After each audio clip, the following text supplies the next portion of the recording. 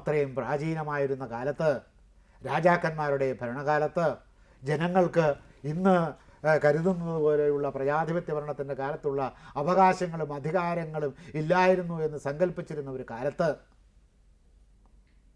ഈ വലിയ കൊട്ടാര വളപ്പിനകത്ത് കയറി അവിടുത്തെ ഒരു ജനറലിൻ്റെ സൗധത്തിൽ ഇരുന്ന് വിരാജിച്ച് അരുളുന്ന ദ്രോണാചാര്യരെ, ലോകപ്രസിദ്ധനായ ദ്രോണാചാര്യരെ കാട്ടിൽ നിന്ന് വന്ന അന്നത്തെ അർത്ഥത്തിൽ ഒരു നിഷാദ ചെറുക്കന് കയറി കാണാൻ സാധിച്ചു എന്ന് പറയുമ്പോൾ ആ രാജഭരണത്തിൽ പ്രജകളുടെ നേരെ കാണിച്ചിരുന്ന ഒരു ഔദാര്യം എന്തായിരുന്നു എന്ന് ആലോചിച്ച് നോക്കണം.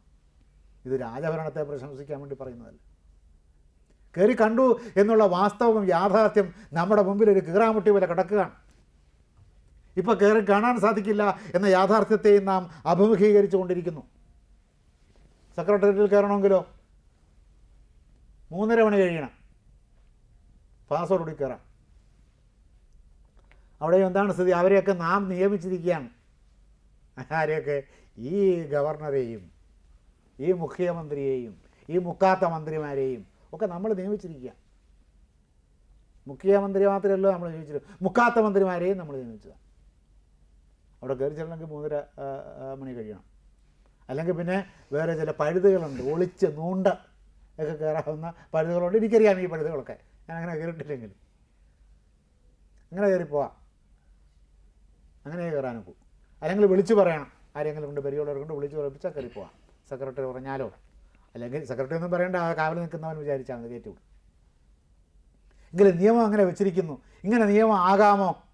ഇങ്ങനെ നിയമം ആകാം. എന്താണ് കാരണം? അല്ലെങ്കിൽ എപ്പോഴും ആളുകൾ കയറി അവിടെ നടക്കേണ്ടുന്ന രാജ്യകാര്യവൃത്തിക്ക് ആവശ്യക്കാരൻ ചെന്ന് തടസ്സമുണ്ടാക്കും. അതുകൊണ്ടാണ് അങ്ങനെ ഒരു നിയമം വെച്ചത്. അല്ലാതെ പൗരനെ അവമാനിക്കാൻ വേണ്ടി അങ്ങനെ ഒരു നിയമം വെച്ചതല്ല. 3:30 മണി വരെയെങ്കിലും സ്വസ്ഥമായിട്ട് കാര്യങ്ങൾ നടക്കട്ടെ, അതിനുശേഷം ആവശ്യക്കാർ ചെന്ന് ആവശ്യമുള്ള ഉദ്യോഗസ്ഥനെ കാണുക എന്നൊരു ചിട്ട വേണ്ടതിന് അതിന് വെച്ചതാണ്, പൗരനെ അവമാനിക്കാനല്ല. എങ്കിലും അത് അനുഭവത്തിൽ എന്തായിട്ട് വരും? പൗരനെ അവമാനിക്കുന്നതായിട്ട് വരും. ചെല്ലുന്ന പൗരനെ സംബന്ധിച്ചിടത്തോളം ആ പെരുമാറ്റത്തിൻ്റെ ശൈലി കൊണ്ട് അത്രേ ഉള്ളൂ. ഈ ശൈലികളൊന്നും ഉണ്ടായില്ല. ദ്രോണരെ കാണണമെന്ന് പറഞ്ഞപ്പോൾ ദ്രോണരെ കാണാൻ അനുവാദം കൊടുത്തു, ചെന്നു. ദ്രോണരുടെ വീട്ടിൽ ചെന്ന് അദ്ദേഹത്തെ കണ്ടു. അദ്ദേഹം സുഖമായി സംസാരിക്കുകയും ചെയ്തു. എന്തു പറഞ്ഞു അദ്ദേഹം? ആചാര്യനായി വയ്ക്കാൻ പാടില്ല, ഗുരുവായി സ്വീകരിക്കാൻ പാടില്ല, നിന്നെ പഠിപ്പിക്കാൻ ഒക്കില്ല. ഇപ്പം നമുക്ക് വേണമെങ്കിൽ വാദിക്കാം അങ്ങനെ ചെയ്യേണ്ടതായിരുന്നു എന്ന്. നല്ലൊരു ഗുരുവാണെങ്കിൽ എവിടെ നിർത്തി പഠിപ്പിക്കും? അതല്ല, രാജ്യത്തിന്റെ പല ഭാഗത്തു നിന്നും ഗുരുവിന് ദ്രോണരുടെ അടുത്ത് പഠിക്കാൻ ആൾക്കാർ വന്നിരുന്നു എന്ന് പറയുന്നു. അവരൊക്കെ പറഞ്ഞു വിട്ടു. അല്ല, മഹാഭാരതത്തിലെ എപ്പോഴും ഒരു നീതി നിഷേധത്തിന്റെ, വിദ്യാഭ്യാസം അനുവദിക്കില്ല എന്ന് പറഞ്ഞതിന്റെ ഒക്കെ ദൃഷ്ടാന്തമായിട്ട് വിമർശകരൊക്കെ പറയുന്ന, എപ്പോഴും പൊക്കി കാണിക്കുന്ന ഒരു കഥയാണ് ഈ ഏകലവ്യനെ പഠിപ്പിക്കില്ല എന്ന് പറഞ്ഞത്. ചില ക്ലാസ്മേറ്റുകളെയൊക്കെ ലക്ഷ്മണയുടെ വീട്ടിൽ നിർത്തി പഠിപ്പിക്കാമോ? അകലെ താമസിക്കുന്നവരെ പഠിപ്പിക്കാമോ? ബുദ്ധിമുട്ടാവും. അതൊരു നീതി നിഷേധമല്ലേ? സാധ്യമല്ല, പ്രായോഗികമായ അസാധ്യമാണത്. കൊട്ടാരത്തിലെ സുരക്ഷിതമായ കൊട്ടാരത്തിൽ കാട്ടിൽ നിന്ന് വന്ന, വേദം പഠിച്ച് മനഃപരിഭാഗം വന്നിട്ടില്ലാത്ത ഒരാളെ ആ രാജ്യത്തിൻ്റെ രക്ഷയ്ക്ക് വേണ്ടി ഉപയോഗിക്കുന്ന രാജ്യരക്ഷോപായം പഠിപ്പിച്ചു കൊടുക്കാനാണ് ഈ പറയുന്നത്. നമ്മുടെ ആയുധ നിർമ്മാണം പാകിസ്ഥാനെ നാം ഏൽപ്പിക്കുമോ? ഇവൻ ആരാണ്? ഈ ഹസ്തിനപുരിയോട് വിരോധമുള്ളവനാണ്. ഹസ്തിനപുരി ആരുടെ വകയായിരുന്നു? പണ്ട് യയാതിയുടെ വകയായിരുന്നു. അവൻ്റെ മുത്തശ്ശൻ്റെ വകയായിരുന്നു ഈ ഹസ്തിനപുരി, യയാതി. ആ യയാതിയുടെ സ്വാർത്ഥത കൊണ്ട്, അദ്ദേഹത്തിന് ഭോഗസുഖങ്ങളിൽ മതിവരാഞ്ഞതുകൊണ്ട് ഇവരുടെ ഒരു പൂർവികനെ, യദുവിനെ, ഇവരുടെ വംശപിതാവിനെ ശപിച്ച് ആട്ടി പുറത്താക്കിയതാണ്. ഹസ്തിനപുരിയോട് അവൻ ആ പകയില്ലാതിരിക്കുമോ? 1. 2, അവൻ ജനിച്ച വീട്ടിൽ നിന്ന്, യാദവന്മാരുടെ ഭവനത്തിൽ നിന്ന് യാദവന്മാരെല്ലാവരും കൂടി അവനെ ഉപേക്ഷിച്ചിരിക്കുന്നു. അവന് യാദവന്മാരോട് പകയില്ലാതിരിക്കുമോ? പകയുണ്ടാകും. ഉപേക്ഷിച്ചത് തെറ്റോ ശരിയോ അത് വേറൊരു വിശ്വാസത്തിൻ്റെ പ്രശ്നമാണ്. അപ്പോഴവൻ ഈ ഹസ്തിനപുരിയുടെ സംരക്ഷയ്ക്ക് ഉതകുന്ന ധനുർവേദം എന്ന് പറയുന്ന ആയുധവിദ്യയെ, ആയോധന വിധാനത്തെ, സമ്പ്രദായത്തെ പഠിപ്പിച്ച് വിട്ടാൽ അവൻ ആരുടെ നേരെ തിരിഞ്ഞു നിൽക്കും? അവൻ ഈ ഹസ്തിനപുരിക്ക് എതിരെ അവൻ്റെ നിഷാദ പടയുമായി വരും. ഇതറിഞ്ഞുകൂടാത്ത ആളല്ല ദ്രോണർ. ഇപ്പോൾ നമ്മുടെ സംരക്ഷണത്തിൻ്റെ ചുമതല പാകിസ്ഥാൻ ജനറലിനെ ഏൽപ്പിക്കാമോ? പാകിസ്ഥാൻ്റെ പട്ടാളത്തലവനെ വിളിച്ചിട്ട് ഇത് ഞങ്ങളുടെ ഇതിൻ്റെ ഏൽപ്പിച്ചാൽ നല്ലതാണ്, അയാൾ ഒന്നുകൂടി മെനയായിട്ട് കാര്യങ്ങൾ ചെയ്യും. ഏൽപ്പിക്കുമോ നമ്മുടെ ഗവൺമെൻറ്? നമ്മുടെ ഈ 3 സൈനിക വിഭാഗത്തിൻ്റെയും ചുമതല നിങ്ങളെ ഏൽപ്പിച്ചിരിക്കുന്നു. നിങ്ങൾ പാകിസ്ഥാനിലെ സൈന്യത്തിൻ്റെ ചുമതല, പ്രതിരോധത്തിൻ്റെ ചുമതല വഹിക്കുന്നതിനോടൊപ്പം തന്നെ ഇതിൻ്റെ അഡീഷണലായ ചാർജ് കൂടി നിങ്ങൾക്ക് തരുന്നു. ഗവൺമെൻറ് കൊടുക്കൂ? എത്ര ബോധമില്ലാത്തൊരു ഗവൺമെൻറ് ഡൽഹിയിൽ വന്നാലും അങ്ങനെ ചെയ്യൂ? എന്താ ചെയ്യാത്തത്? നമ്മുടെ രാജ്യതന്ത്രങ്ങളുടെ ഭാഗമാണ്.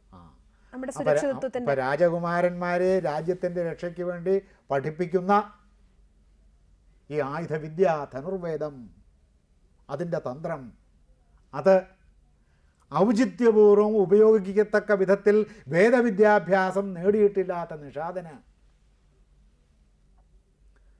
ആ രാജ്യത്തിലെ കുലപതിയായ, ആ രാജ്യത്തിൻ്റെ ഗുരുവായ ആചാര്യൻ പഠിപ്പിച്ചു കൊടുക്കണമെന്നാണ് ഇവൻ പറയുന്നത്. അത് പ്രായോഗികമല്ല, അത് സാധ്യമല്ല. അവനെ രാജകൊട്ടാരത്തിൽ താമസിച്ച് പഠിപ്പിക്കൂ? എവിടെ താമസിപ്പിച്ചാണ് അവനെ പഠിപ്പിക്കേണ്ടത്? ഇനിയിപ്പോൾ പഠിപ്പിക്കാമെന്ന് വെച്ചു എന്നിരിക്കട്ടെ, എവിടെ താമസിപ്പിച്ച് പഠിക്കും? രാജകുമാരന്മാരുടെ കൂട്ടത്തിൽ അവനെ താമസിപ്പിക്കും. ഇപ്പോൾ ഒരു അധ്യാപകൻ പഠിപ്പിക്കുന്ന കോളേജിലെ വിദ്യാർത്ഥികൾക്ക് താമസിക്കാൻ സൗകര്യമില്ലാതെ വന്നാൽ ഉടനെ അധ്യാപകൻ്റെ വീട്ടിൽ കൊണ്ട് താമസിപ്പിക്കാനൊക്കെ അവരൊക്കെ. അതിന് ഗവൺമെൻറ് എന്തെങ്കിലും മാർഗ്ഗങ്ങൾ ഉണ്ടാക്കണം. അല്ലാതെ അധ്യാപകനൊന്നും ചെയ്യാനൊക്കില്ല. വേണമെങ്കിൽ നമുക്ക് വാദത്തിനുണ്ട് ചോദിക്കാം, എന്താ 2 ദിവസം അവിടെ താമസിപ്പിച്ചാൽ എന്ന് ചോദിക്കാം. താമസിപ്പിക്കില്ല ആരും. താമസിച്ചാൽ ചിലപ്പോൾ ഒന്നും ഉണ്ടാകില്ലായിരിക്കും. അതിനുള്ള വിസ്താരമോ മുറിയോ അധ്യാപകൻ്റെ വീട്ടിൽ ഉണ്ടാകില്ലായിരിക്കും. അപ്പോൾ അത് അപ്രായോഗികമാണെന്നുള്ളതൊന്ന്. പിന്നത്തേത്, ഇതിനിങ്ങനൊരു വശമുണ്ട്, അതിലൊരു പ്രതിരോധമുണ്ട്. ആ പ്രതിരോധം അതോടുകൂടി നശിക്കുകയായിരിക്കും, രാജ്യരക്ഷ നശിക്കുകയായിരിക്കും. ഇനി ഇവനെ അങ്ങനെ ചെയ്തില്ലെങ്കിലോ എന്നൊരു ചോദ്യം ചോദിക്കാം. ഇപ്പോൾ ഏകലവ്യൻ അങ്ങനെ ചെയ്യും എന്നുള്ളതിന് എന്താണ് തെളിവ്? അത് വേദം പഠിച്ചിട്ടില്ലെന്നുള്ളതാണ്. വേദം പഠിച്ചതിന് ശേഷമാണ് ധനുർവേദം പഠിക്കേണ്ടത്. പിന്നെ ഇദ്ദേഹം തെളിയിച്ചിട്ടുണ്ട്. ദ്വാരക കടലിൽ മുങ്ങിയപ്പോൾ അവിടെ നിന്ന് സൗന്ദര്യമുള്ള സ്ത്രീകളെല്ലാം അവൻ പിടിച്ചുകൊണ്ടുപോയി. ഇപ്പോൾ സ്വാമിത്തായില്ലേ? നിങ്ങൾ ഈ വാദിച്ച് ആർക്ക് വേണ്ടിയാണ് ഇപ്പോൾ ആളുകളൊക്കെ വാദിച്ചുകൊണ്ടിരിക്കുന്നത്? പൊതുവേ ഈ ഏകലവ്യന് വേണ്ടിയാണ് വാദിച്ചുകൊണ്ടിരിക്കുന്നത്. ഈ ഏകലവ്യൻ ചെയ്ത പണി ദ്വാരക കടലിൽ മുങ്ങിയപ്പോൾ കാണാൻ കൊള്ളാവുന്ന യാദവ സ്ത്രീകളെയൊക്കെ, കാണാനും കൊള്ളാവുന്നവരെ പിടിച്ചിരുന്നെങ്കിൽ നമുക്ക് അത് അവിടെ കൊണ്ടുപോയിട്ട് കാട്ടിൽ കൊണ്ടുപോയി അദ്ദേഹം കെട്ടിടം കെട്ടി പശുവിനെ താമസിപ്പിക്കുന്നവരെ താമസിപ്പിച്ച് പുല്ലും ഉണ്ടാക്കാൻ കൊടുക്കാനാണെന്ന് വിചാരിക്കാമായിരുന്നു. ഇതല്ല ചെയ്തത്. കാണാൻ കൊള്ളാവുന്നവരെ, സൗന്ദര്യമുള്ളവരെ തിരഞ്ഞു പിടിച്ച് കൊണ്ടുപോയി. ആ ആളിനെ ആയുധവിദ്യ പഠിപ്പിക്കണമായിരുന്നു എന്നാണ് ഈ വാദിക്കുന്നത്. നാം ഇന്ന് കരുതുന്ന തരത്തിലുള്ള പട്ടികജാതി പട്ടികവർഗ പ്രശ്നം ഇതിൻ്റെ പിന്നിൽ കാണരുത്. അത് ഇന്നത്തെ ഒരു പ്രശ്നം മാത്രമാണ്. ഇവൻ പട്ടികജാതിക്കാരനായതുകൊണ്ടോ പട്ടികവർഗക്കാരനായതുകൊണ്ടോ ബ്രാഹ്മണനായ ഒരു ആചാര്യൻ അവന് വിദ്യ നിഷേധിച്ചു എന്ന നിലയിലാണ് നാം ഇതിനെ സമീപിക്കുന്നത്. അങ്ങനെ സമീപിക്കാൻ പാടില്ല.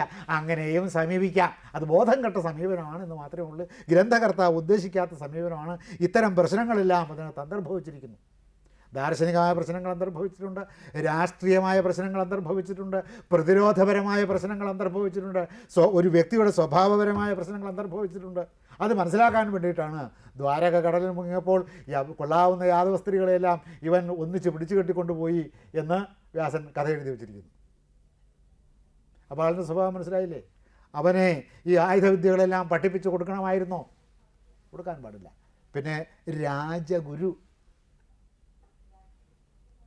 അവനെതിരെ ഒരാജ്ഞ പുറപ്പെടുവിച്ചിരുന്നു.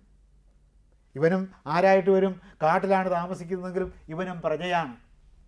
ഓരോ വർഷവും പോയിട്ട് ഇവരുടെ കണക്കുകൾ എടുക്കും. നിഷാദന്മാരുടെ, കാട്ടാളന്മാരുടെ, കാനനത്തിൽ താമസിക്കുന്നവരുടെ സെൻസസ് എടുക്കും. ആര്? രാജാവിൻ്റെ പ്രതിപുരുഷന്മാർ. ചിലപ്പോൾ രാജാവ് നേരിട്ട് പോവുക കൂടി ചെയ്യും.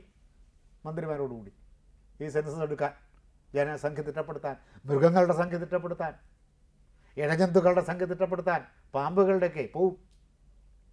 രണ്ട് ഈ സെൻസസ് എന്നൊക്കെ പറയുന്നത് ഈ അടുത്ത കാലത്ത് എങ്ങാണ്ട് ഉണ്ടായാണെന്ന് വിചാരിക്കരുത്. ഇതന്ന് പോയിരുന്നു.